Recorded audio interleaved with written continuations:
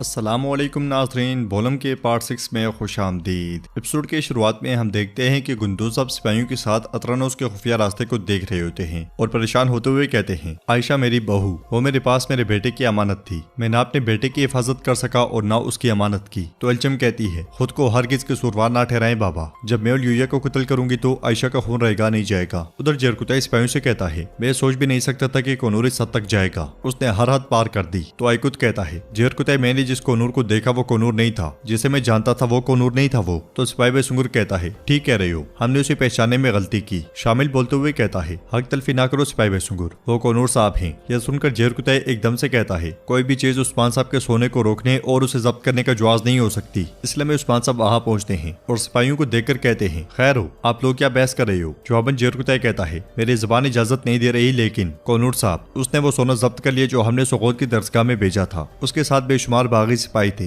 यह सुनकर उस्मान साहब कहते हैं, कोनूर अपने ख्वाहिशात के मुताबिक काम कर रहा है। हाँ, कहने को कुछ नहीं है, अहम बात यह है कि बस वो मेरे हाथों से ना मारा जाए। चलो सिपाहियों, अतरानोस आज तुर्कों की मलकियत बनेगा। ये कहते और सुनते साथ ही वो सब रवाना हो जाते हैं। उधर एक सिपाही सोने वाला संदूक लेकर अतरानोस किले में दाखिल होता है। सोना देखकर बाज़ंतीनी सिपाही इमरान तेगन के हक में नारे बुलंद करते हैं। दूसरी जानिब एक मुकाम पर रुकते हुए उरहान उस्मान साहब से कहता है, हुजूर, घोड़े यहाँ से आगे नहीं जा सकते। ये कहते और सुनते साथ ही वो सब घोड़ों से उतर जाते हैं और उस्मान साहब कहते हैं, सिपाहियों, हम आवाज निकाले बगैर आगे बढ़ेंगे। हमारे पास फतह करने के लिए एक किला और उड़ाने के लिए बहुत से सर मौजूद हैं। ये कहते साथ ही वो सब आगे बढ़ते हैं। दूसरी जानिब बाला हतून और अलाउद्दीन जहाँ जहाँ बाज़ंतीनी सिपाहियों को देखते हैं उन्हें जहन्नुम वासिल करते ही चले जाते हैं। बाला हतून कहती है, चलो हम भी उस्मान साहब के पास चलते हैं। उधर उस्मान साहब खुफिया रास्ते के सामने जा पहुंचते हैं और हान इशारे से बताता है, यह खुफिया गुजरगाह का मुकाम है हुजूर। तो उस्मान साहब कहते हैं, अतरानोस आज तुर्कों की मलकियत बन जाएगा। इमरान, तुम्हारा वक्त आ चुका है, तुम आज मरोगे। इसके साथ ही वो सब भागते हुए वहां मौजूद बाज़ंतीनी सिपाहियों पर चढ़ दौड़ते हैं। उस्मान साहब के हमला करते साथ ही गुंदोज साहब एल्चम खातून के साथ लड़ाई में कूद जाते हैं। वहां मौजूद बाज़ंतीनी सिपाही मुसलसल करते ही चले जाते हैं। सबको मौत के घाट उतारने के बाद उस्मान साहब खुफिया रास्ते के पास जाते हैं और कहते हैं, हमें इन राहदारियों से गुजरना चाहिए जब तक कि धमाका खेज गाड़ी फट ना जाए। आंखें और कान खुले रखना, हम यहाँ से किसी को भागने नहीं देंगे।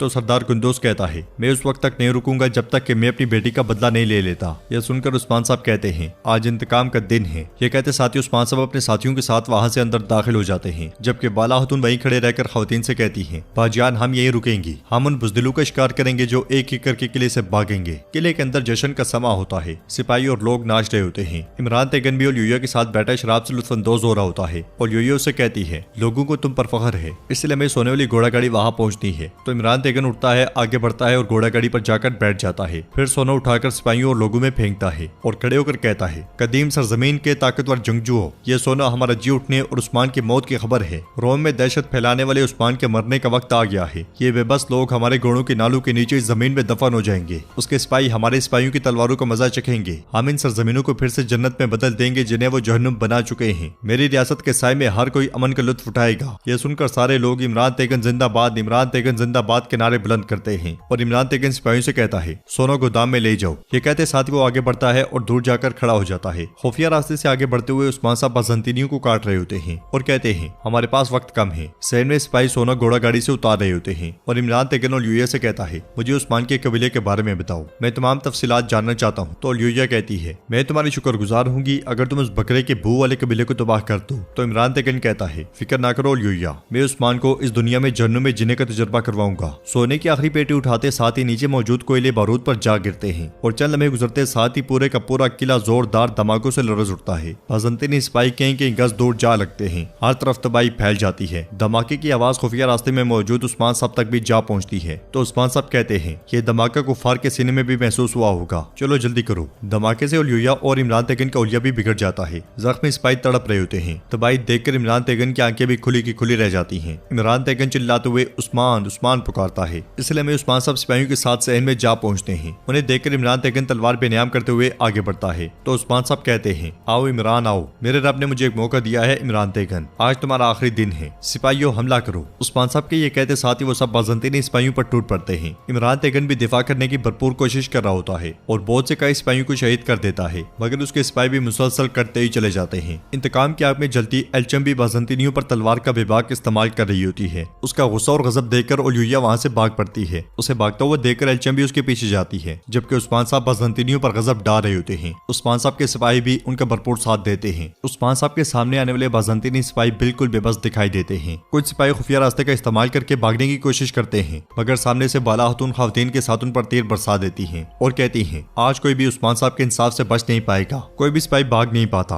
और जो भी खुफिया रास्ते से बाहर आता है सीधा जहन्नुम पहुंचता है। तीरों के बाद तलवारों से भी खवातीन उन पर टूट पड़ती हैं और भागने वालों को काटते ही चली जाती हैं। अंदर के हालात भी बाज़ंतीनियों के लिए अच्छे नहीं होते। वो आगे पीछे दाएं बाएं जहां भी मुड़ते हैं तलवार उनके जिस्म में होती है। लड़ते लड़ते इमरान तेगन और उस्मान साहब आमने सामने आ जाते हैं और इमरान तेगन कहता है उस्मान आज मैं तुम्हारे सामने हार नहीं मानूंगा। अतरानोस आज तुम्हारी कब्र बनेगा। बाहर से मजीद कई सिपाही किले में आने के लिए दरवाजे को धकेल रहे होते हैं, मगर बाज़ंतीनियों ने दरवाजे को रोका होता है। ये देखकर उस्मान साहब अलाउद्दीन और उरहान से कहते हैं दरवाजा खोलो। ये सुनते साथ ही वो दरवाजे के पीछे खड़े सिपाहियों पर टूट पड़ते हैं, जबकि बाहर से कुछ कई सिपाही कुंडे फेंककर ऊपर चढ़ने की कोशिश कर रहे होते हैं और ऊपर चढ़ते साथ ही वहां मौजूद बाज़ंतीनी तीरंदाजों पर हल्ला बोल देते हैं और सबको मारने के बाद उनकी जगह ले लेते हैं। उधर ल्यूया अंद्रा के साथ आगे बढ़ रही होती है। अंद्रा पूछती है हम क्या करेंगे मोहतरमा? तो ल्यूया कहती है मैं कभी भी हार नहीं मानूंगी। एल्चम खातून सिपाहियों के साथ उनके पीछे होती है और कहती है तुम बेकार में भाग रही हो ल्यूया, तुमने जो कुछ किया उसकी कीमत अदा करने का वक्त आ गया है। दूसरी जानिब दरवाजे के पीछे मुसलसल सिपाहियों को मरता हुआ देखकर इमरान तेगन कहता है दरवाजे को सहारा दो, दरवाजा ना खुलने पाए। ये कहते साथ ही वो आगे बढ़ने लगता है तो उस्मान साहब कहते हैं ना दरवाजा ना दीवारें, आज तुम्हें मुझसे कोई नहीं बचा सकता। इसके साथ ही अलाउद्दीन और उरहान सिपाहियों के साथ दरवाजा खोलने में कामयाब हो जाते हैं। दरवाजे के खुलते साथ ही ताज़दम कई जंगजू किले में दाखिल हो जाते हैं। शामिल और दानियाल एक दूसरे के साथ टकराए होते हैं। दोनों जबरदस्त हमले करते हैं। कभी शामिल हावी होता है और कभी दानियाल। तलवारें गिर जाती हैं। आखिर में शामिल की जानिब से फेंका हुआ नेज़ा दानियाल के पेट से आर पार हो जाता है। शामिल उससे कहता है जो भी तुर्कों की सरजमीन पर अपनी नजरें जुमाएगा